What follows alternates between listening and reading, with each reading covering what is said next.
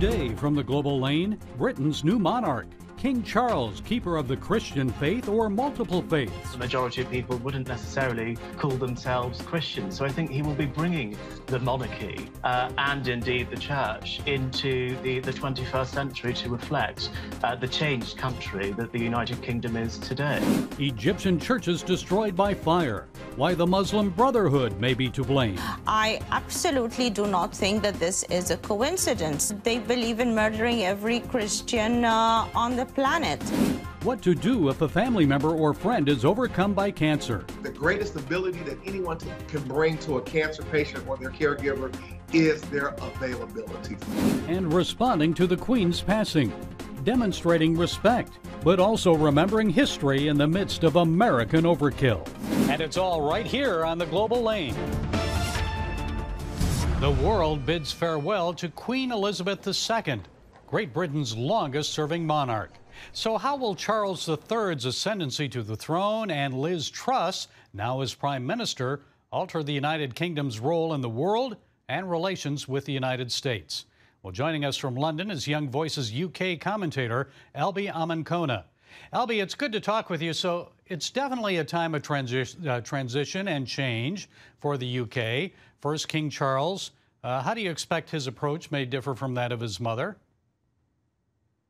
Good to talk to you too, Gary. Yes, it is a time of change in the United Kingdom. It's almost unbelievable to think that this time last week, Her Majesty the Queen Elizabeth was still our head of state, and Boris Johnson was still our head of government as the Prime Minister. And since then, the leadership of this country has completely changed. The change of Prime Minister was predictable. I think most people assumed Liz Truss would win, but it was a huge surprise to everyone in Britain to see Her Majesty the Queen pass away towards the end of last week. Now, on to the question of King Charles III, obviously he's been waiting for this moment to be king his entire life. When he did an audience with Liz Truss last week, he spoke about how he'd also been dreading this moment his whole life as well. But ultimately, I don't think he will reign in a style that differently to his mother, the late Queen Elizabeth II. How about his faith, Albie? Since her passing, we've heard a lot about the Queen's devotion to Christ. She always saw her role as a defender of the faith. But King Charles recently said he was defender of the faiths. So what does that indicate? I mean, what do you expect there? Well, I think what matters with that, Gary, is what he said in his first address to the nation last week, where he reaffirmed his traditional position, which is that the monarch is the defender of the faith. So I don't think we need to get too concerned about comments that he has made in the past. I think he's made it very clear that as monarch, he will be defender of the faith, and that faith being the Anglican faith. Do you think he's as strong in his faith as his mom was? I mean, the Queen definitely had a very devout, strong faith. I've seen no indication that King Charles is not as committed to his faith as his mother was, but the United Kingdom is a different country to when Queen Elizabeth II took the throne. You know, now the majority of people wouldn't necessarily call themselves Christians, so I think he will be bringing the monarchy and indeed the church into the 21st century to reflect the changed country that the United Kingdom is today. And in his first address to the nation, King Charles mentioned his son Harry and Harry's wife Meghan, who continue to build their lives, he said, overseas. So Meghan is an American and they live in California. So do you think Charles will be on better terms with his American daughter-in-law than his mother was, than the Queen was? And how might that affect relations with the U.S.? Maybe a visit to America as king soon? As a younger monarch, we can probably expect to see many more international trips than we saw the Queen conducting in the final 2 decades of her reign, where she mostly performed her roles within the realm of the United Kingdom. So I think, yes, I think it's highly likely that we will see King Charles make trips abroad. And what better place to go to than the United States of America, of course, a country which we have a very deep and special relationship with. So that is certainly something which I would like to see. And the King's efforts, of course, are more ceremonial, but England now has a new Prime Minister Former Foreign Minister Liz Truss, and she's a conservative, but some folks say she's no Maggie Thatcher. So what can we expect from Prime Minister Truss? A closer relationship with the U.S. than we saw with Boris Johnson? How might it change?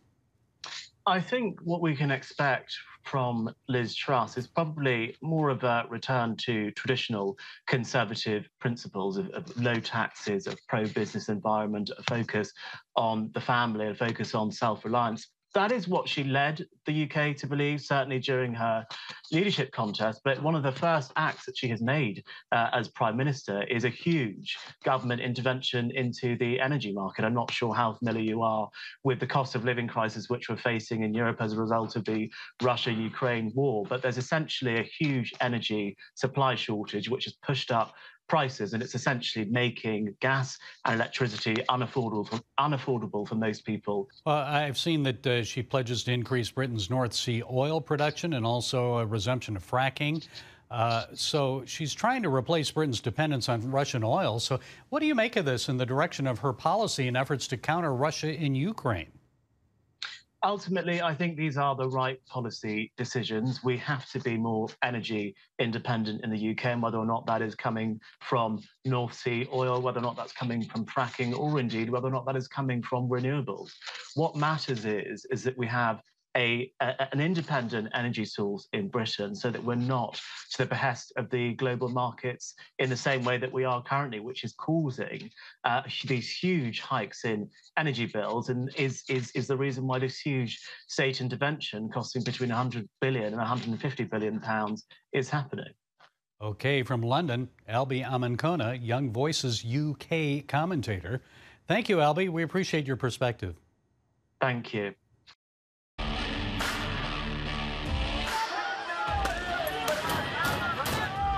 Having sex before you're married is a bad idea. Don't tell me there's no such thing as gun violence. That just depends on your definition of when life begins. Watch Dan and Dale tackle trending topics that test your faith on the next Faith Wire. Monday night at 8:30 on the CBN News Channel.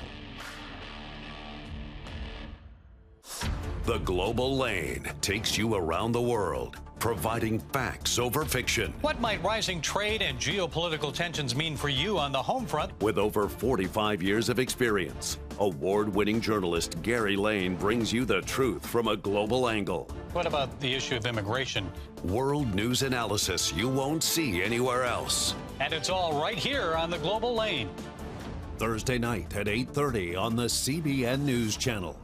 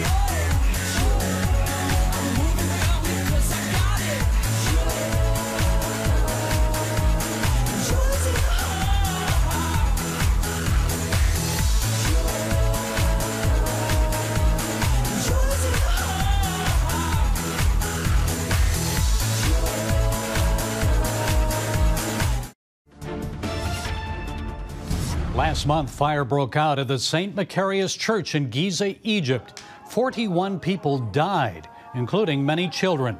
The Egyptian government said the fire was caused by faulty electrical wiring. But Coptic Christians believe Islamic extremists may have been responsible.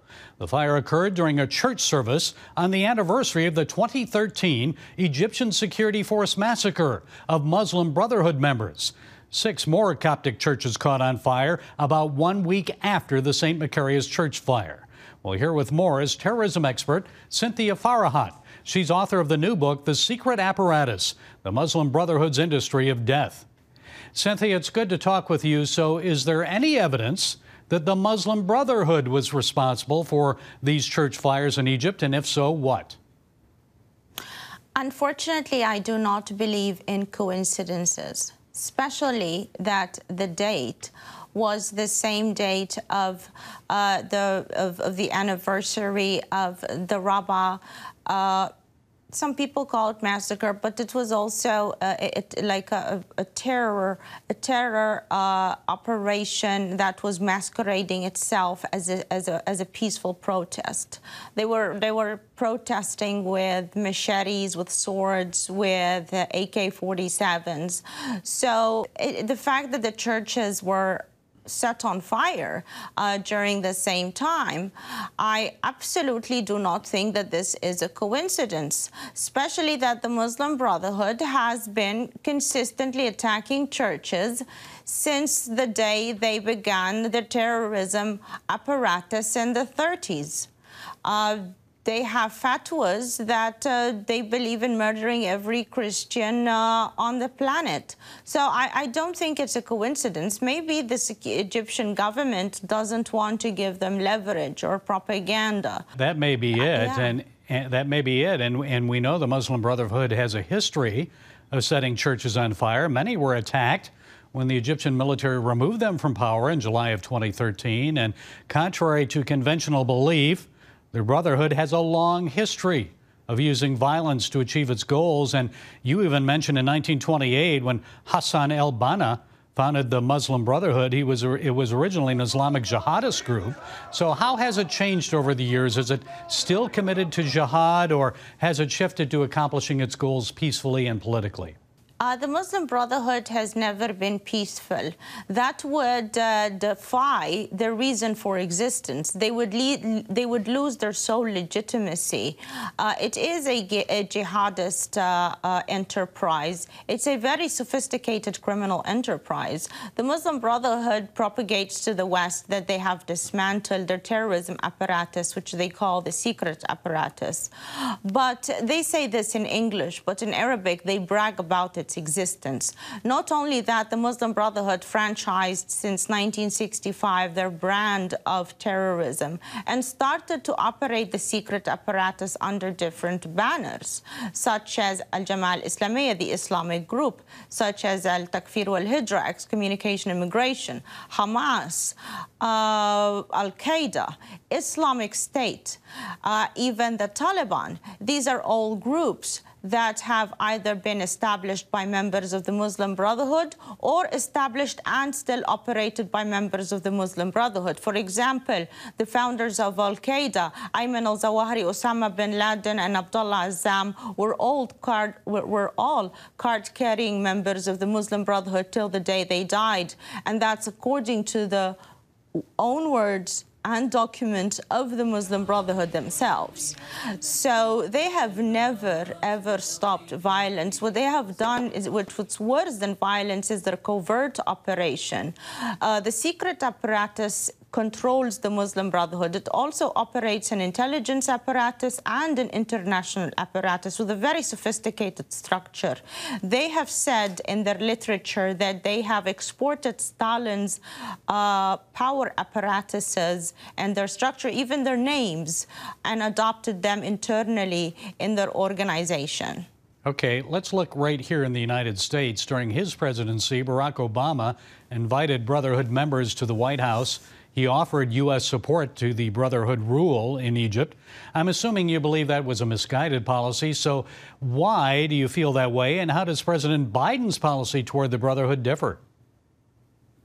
I believe that President Biden's government is the third term of President Obama's. I do not see him at all different in any way. It's just President Obama's third term. And they have consistently supported all types of Islamists. They support Iran. They support the Muslim Brotherhood.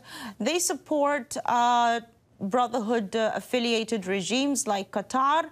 They have destroyed Afghanistan and handed it to the Taliban. And now they are considering reviving the Iran deal. There is a consistent policy to support jihadists and Islamists, unfortunately, with democratic presidents. And it even started with President Jimmy Carter. There's a pattern that I show in my book of behavior. And I think that patterns reveal intent. And when it's systematically on the side of Islamists, we have to ask ourselves why. Okay, and I know you believe the solution is to declare them a terrorist organization. The book is The Secret Apparatus, the Muslim Brotherhood's Industry of Death. Cynthia Farahat, thank you for joining us. Thank you for having me.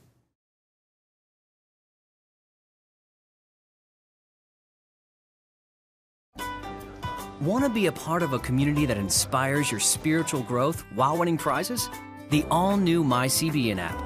Connect with the community for prayer and encouragement. Track and set spiritual goals. Enjoy conversation starters with friends and family. And collect points to win prizes. The all-new CBN app. A great place to belong. Download the app at cbn.com/mobile. Nutrition, exercise, essential oils, weight loss, and more. It's Healthy Living with Lori Johnson. Talk about what's in this. Join CBN health reporter Lori Johnson to get the latest information from today's top health experts. This is fantastic. Find out what you need to know to live a healthier life. Watch Healthy Living Tuesday night at 8:30 on the CBN News Channel.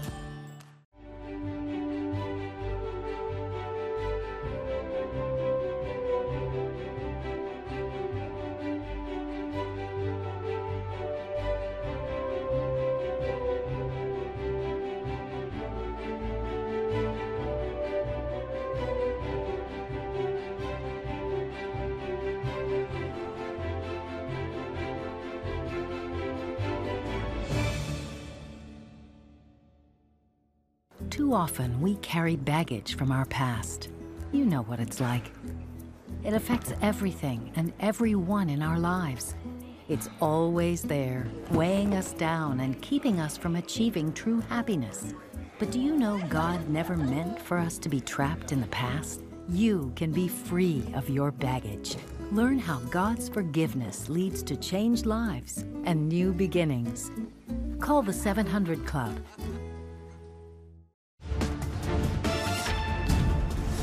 The big C. Many of us fear saying the word, cancer.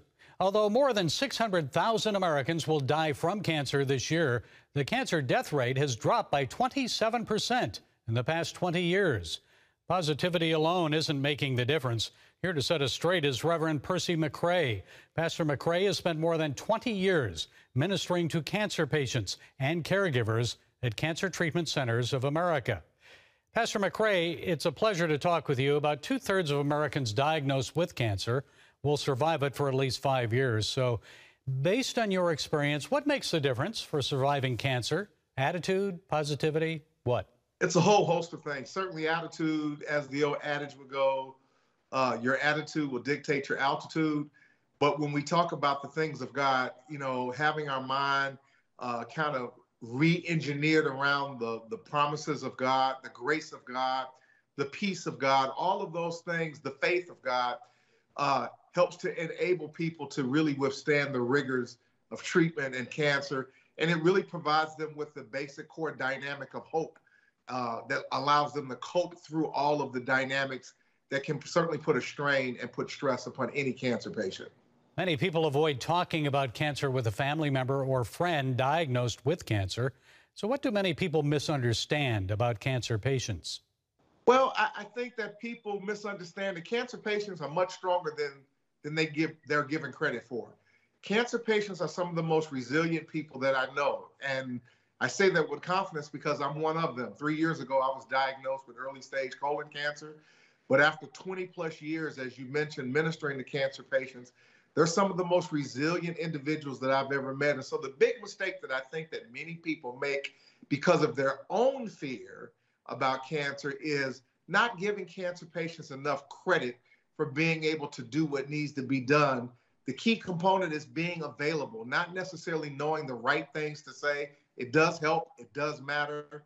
But the greatest ability that anyone can bring to a cancer patient or their caregiver is their availability, for sure. How about a terminal patient with stage 4 cancer? Should Christians be praying for their healing, comfort in passing from this life, God's will to be done? I know we've seen many people healed from cancer, even those in late stages of the disease. So how should we pray? Obviously, first and foremost, we pray the will of God. What is the will of God to be done in this situation?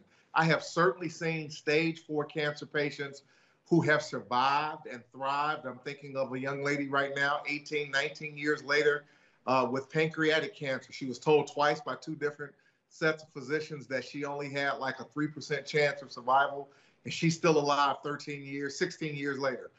So we certainly can pray for healing, but we also need to be mindful of the fact, and I think that this is an important point, that we don't get to dictate or command God to make something happen. And that means that though that may be our desire and our goal, we still have to remain open to the fact that potentially that may not happen. And if it does not, we then need to be prepared and have those surrounding us prepared to be able to help step that person through that dynamic. But again, certainly people can pray and should pray for healing and for the will of God to be done in their life. And then we have to take that one day and one step at a time from there, for sure. And you are a cancer survivor. Tell us what happened to you. Yeah, 3 years ago, I was diagnosed with early stage 1 colon cancer. It had not spread, thank God. It contained itself within the colon wall. And so I had 1/3 of my colon removed. I tell people now they can just refer to me as Reverend Semicolon, as one cancer patient told me. I've literally prayed with and supported thousands of cancer patients and their caregivers over 2 decades. And so when it was my turn, I did not question my faith. I was not angry with God, and I did not ask why. At the end of the day, I had been through this so many times with so many other people that I understood that, number one, bad things happen to good people, as Rabbi Harold Kushner once said in a book that he wrote. We understand from the New Testament perspective that our faith is tested, and that there are elements and times that we all may have to experience suffering or negative dynamics. And so what it did, it reaffirmed my faith, and it simply allowed me to channel even deeper in being more empathetic and understanding the plight of a cancer patient and understand what God can do in the midst of a cancer journey, because I've seen it done so many times. And tell us more about Cancer Care Ministry, and why should more churches have one? We have a biblical mandate to be prepared, equipped, and responsive to any and everyone, and the cancer community is a big part of our experience. Prior to COVID, cancer was probably the #1 health issue of our day, and we kind of forgot about cancer. And once we got on the other side of COVID, we now see cancer diagnosis spiking back up because people were not going to their physician, they were not doing their diagnostic work. So cancer is still here and among us, and it is sitting inside of our local churches, and in some cases even among our leadership. And so we cannot ignore this. And according to Matthew 25, we need to be equipped and prepared to meet the needs of those individuals. Reverend Percy McRae of Cancer Treatment Centers of America, thank you for those insights and for setting us straight today. Thank you. God bless. Are you suffering from feeling tired or worn out during the day? Can you not turn off your brain at night? You are not alone. Hi, I'm Dr. Michael Bruce, the sleep doctor, and I've partnered with the Christian Broadcasting Network, and we're going to bring you some unbelievable information that you can use tonight to get a better night's rest. Wake up to your best life. Call 1-800-700-7000 or go to cbn.com to get your free copy of Protect Your Sleep today. Nutrition, exercise, essential oils, weight loss, and more. It's Healthy Living with Lori Johnson. Talk about what's in this. Join CBN health reporter Lori Johnson to get the latest information from today's top health experts. This is fantastic. Find out what you need to know to live a healthier life. Watch Healthy Living Tuesday night at 8:30 on the CBN News Channel. Woohoo! Hi, Superbook fans. Here's something else you'll love. It's the new Superbook Bible app. It's packed with games, activities, and Superbook episodes that you can watch for free. Oh, no! There's trivia, a fun daily devotional, and answers to your Bible questions. Plus, an easy-to-understand Bible the whole family will enjoy. You can even create your own Superbook character. Ta-da! Whoa! come... Sorry, pardon me, sorry, excuse me. Ouch! Are you getting this? Earn super points to win daily prizes, too. And so much more! Time to get back to my adventures. See you soon! It's the new Superbook Bible app. Free downloads on iTunes, Google Play, and Amazon. Around the world, people are joining the British in mourning the passing of Queen Elizabeth II. Here in the United States, President Biden offered our nation's condolences to the people of the British Commonwealth. The thoughts and prayers of the American people are with the people of the United Kingdom and the Commonwealth in their grief. The president ordered government buildings to fly American flags at half-staff until the Queen's funeral and burial. Several people have asked me, wasn't Biden's order unprecedented? Aren't American flags flown at half-staff only for Americans? Yes, for me, the honor should be reserved only for American officials and those who have served this country. But no, it's not unprecedented. Harry Truman did it to honor Queen Elizabeth's father, King George, when he passed in February 1952. More recently, President Obama ordered American flags flown at half-staff for former South African President Nelson Mandela when he passed in 2013. And Joe Biden did the same for former Japanese Prime Minister Shinzo Abe after his assassination just last July. But folks, two aspects of the response to the Queen's passing bother me more. First, did you notice that the Union Jack is on display along Pennsylvania Avenue in Washington, D.C.? You may say, so that's a fitting tribute. With all due respect to my British friends, America fought 2 wars against the British on U.S. soil. Yes, that was long ago. We've forgiven the British for that. We're good friends now. But let's not forget. During the War of 1812, British troops marched down Pennsylvania Avenue on their way to burning the U.S. Capitol. And that rampage was much more destructive than the January 6th Capitol riot. At the other end of Pennsylvania Avenue, the British set fire to the White House. So while displaying the British flag along Washington's Pennsylvania Avenue honors the Queen, for me, it dishonors the 10,000 American troops who fought and died in those 2 wars. American patriots like my 5th great-grandfather, Captain Solomon Woodworth. He was killed in the Battle of West Canada Creek in 1781, just 6 weeks before Yorktown, the last battle of the War for Independence. You see, it's personal for me, and I'm sure for other patriots. The other disturbing aspect of this is the nonstop 24/7 news coverage of the Queen's passing. Again, in all due respect to Queen Elizabeth and my British friends, yes, Queen Elizabeth should be honored, but for many Americans, this is a bit of overkill. She's not our queen. We threw off the monarchy 246 years ago. And if you didn't know better, this week you'd think America was still part of the British Commonwealth. And just imagine, instead of praising and celebrating the Queen 24/7 for 12 days, if the American news media praised and honored Jesus nonstop for the same period of time. Now that would change the nation. And that's it today from the Global Lane. Be sure to follow us on the CBN News and NRB channels, social media, and our broadcast affiliates. And until next time, be blessed.